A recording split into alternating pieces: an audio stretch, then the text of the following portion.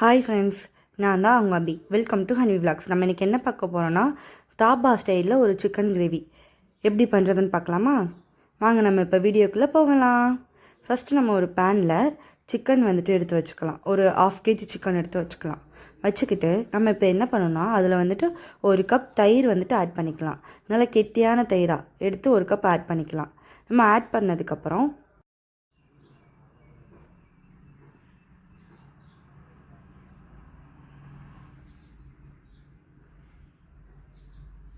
இப்போ நம்ம அதை ஆட் பண்ணதுக்கப்புறம் 2 ஸ்பூன் வந்துட்டு சில்லி பவுடர் ஆட் பண்ணிக்கலாம்.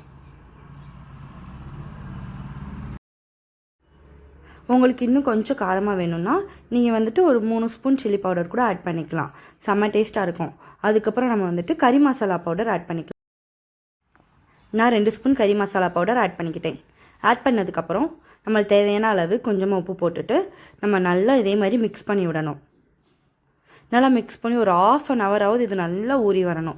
அப்போ தான் கிரேவி வந்துட்டு செம்ம டேஸ்ட்டாக இருக்கும். ஸோ இப்போ நம்ம அடுப்பில் பேன் வச்சுக்கிட்டு தேவையான அளவு எண்ணெய் ஊற்றிக்கலாம். நல்லா எண்ணெய் காஞ்சி வர வரைக்குமே வெயிட் பண்ணுங்கள். நல்லா எண்ணெய் காஞ்சி வந்ததுக்கப்புறம்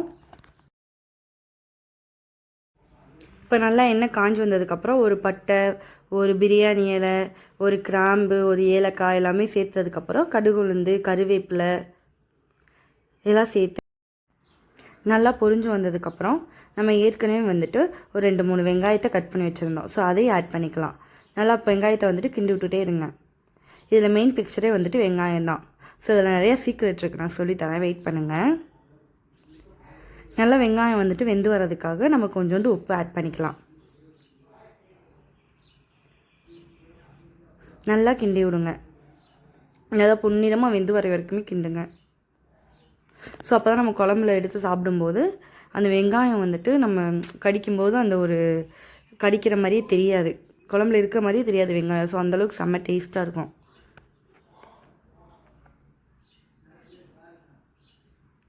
இப்போ நல்லா வந்துட்டு ஓரளவு வெந்து வந்துருச்சு.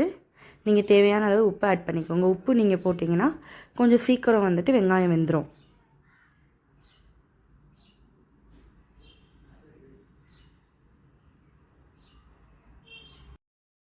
நம்ம இது வெந்து வரங்குள்ளேயுமே நம்ம வந்துட்டு குழம்புக்கு தேவையான மசாலாலாம் என்னென்னு சொல்லிட்டு பார்த்துடலாமா? நான் வந்துட்டு தக்காளியை வந்துட்டு நம்ம கட் பண்ணி போடாமல் நம்ம அரைச்சி பேஸ்ட்டாக சேர்த்துக்கலாம். ஒரு 3 தக்காளி வந்துட்டு நீங்கள் மிக்சியில் போட்டு அரைச்சி பேஸ்ட்டாக எடுத்து வச்சுக்கோங்க. அதுக்கப்புறம் நம்ம என்ன அரைச்சி வைக்க போகிறோன்னா, இதுதான் முக்கியமான இன்க்ரீடியன்ட். ஸோ வந்துட்டு நீங்கள் இதை வந்துட்டு கரெக்டாக நீங்கள் அரைச்சி சேர்த்தா தான் குழம்பு வந்துட்டு தாபா ஸ்டைல் டேஸ்ட்டில் வரும். ஸோ ஓகே, நல்லா கவனித்து கேளுங்க. 1 ஸ்பூன் சோம்பு, 2 பட்டை, சின்ன சைஸில் 2 பட்டை, 4 முந்திரி பருப்பு, முழு முந்திரி பருப்பு, 4 சின்ன வெங்காயம், ஒரு சின்ன தேங்காயில் வந்துட்டு ஒரு காவாசி எடுத்து அரைச்சி பேஸ்ட் பண்ணி வச்சுக்கோங்க. இப்போ நம்ம வந்துட்டு தக்காளி ஆட் பண்ணி நல்லா வதக்கி விட்டுக்கலாம். அது நல்லா ஒரு பாதி அளவு வெந்து வந்ததுக்கப்புறம் நம்ம அதில் வந்துட்டு ஏற்கனவே நம்ம மேரினேட் பண்ணி வச்சுருக்க சிக்கனை வந்துட்டு இதில் ஆட் பண்ணிக்கலாம். இப்போ இது ஓரளவு நம்ம சொன்ன மாதிரி 1/2 குக் ஆகி வந்துருச்சு. ஸோ இப்போ நம்ம இதில் வந்துட்டு சிக்கனை ஆட் பண்ணிக்கலாம். இப்போ நம்ம அரைச்சி வச்சுருக்க எல்லாத்தையுமே வந்துட்டு நம்ம இப்போ ஆட் பண்ணிக்கலாம். ஃபஸ்ட்டு நம்ம இஞ்சி பூண்டு பேஸ்ட் வந்துட்டு ஆட் பண்ணிக்கலாம். இஞ்சி பூண்டு பேஸ்ட் க்ரீன் கலரில் இருக்குன்னா, இஞ்சி பூண்டு பேஸ்ட் அரைக்கும்போது அது கூட ஒரு சில்லி நான் ஆட் பண்ணேன். ஸோ அதனால் க்ரீன் கலரில் இருக்குது. உங்களுக்கு என்ன நீங்கள் சில்லி ஆட் பண்ணிக்கோங்க, இல்லாட்டி உங்களுக்கு அது ஆப்ஷன் தான், தேவைன்னா ஆட் பண்ணிக்கோங்க, இல்லாட்டி வேணாம். அதுக்கப்புறம் நம்ம அரைச்சி வச்சோம் பார்த்தீங்களா அந்த சீக்ரெட் இன்க்ரீடியன்ட், அதை நம்ம வந்துட்டு அந்த பேஸ்ட் அப்போ சேர்த்துக்கலாம்.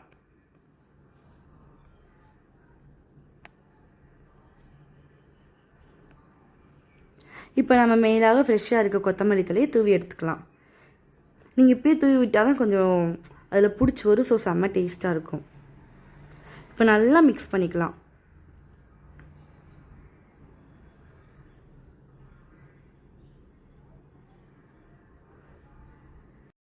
நம்ம ஏற்கனவே சிக்கன் மேரினேட் பண்ணி வைக்கும்போது ஒரு பாதி அளவு உப்பு ஆட் பண்ணியிருப்போம். ஸோ நீங்கள் வந்துட்டு இந்த டைமில் உங்களுக்கு தேவையான அளவு உப்பு சேர்த்து ஆட் பண்ணிக்கோங்க. நீங்கள் அதை டேஸ்ட் பண்ணி பார்த்துட்டு ஆட் பண்ணுங்கள். அப்போ தான் உப்போட அளவு கரெக்டாக இருக்கும். ஸோ குழம்பு நல்லா கொதித்து வற்றி வர வரைக்குமே நம்ம வெயிட் பண்ணணும். இப்போ நம்ம குழம்புக்கு தேவையான சிக்கன் குழம்பு மசாலா ஆட் பண்ணிக்கலாம்.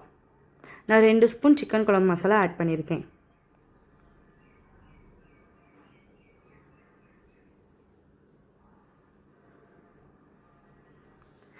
ஒரு 1/4 ஸ்பூன் கறி மசாலா பவுடர் ஆட் பண்ணியிருக்கோங்க. இப்போ நல்லா மிக்ஸ் பண்ணி விடுங்க.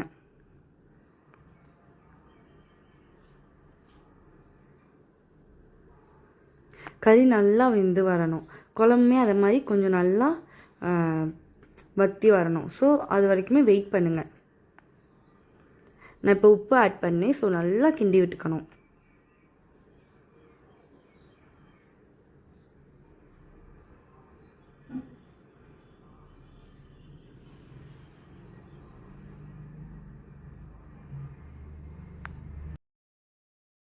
இந்த இப்போ பார்க்குறீங்களா, இந்த அளவுக்கு குழம்பு வந்துட்டு நல்லா வற்றி வரணும்.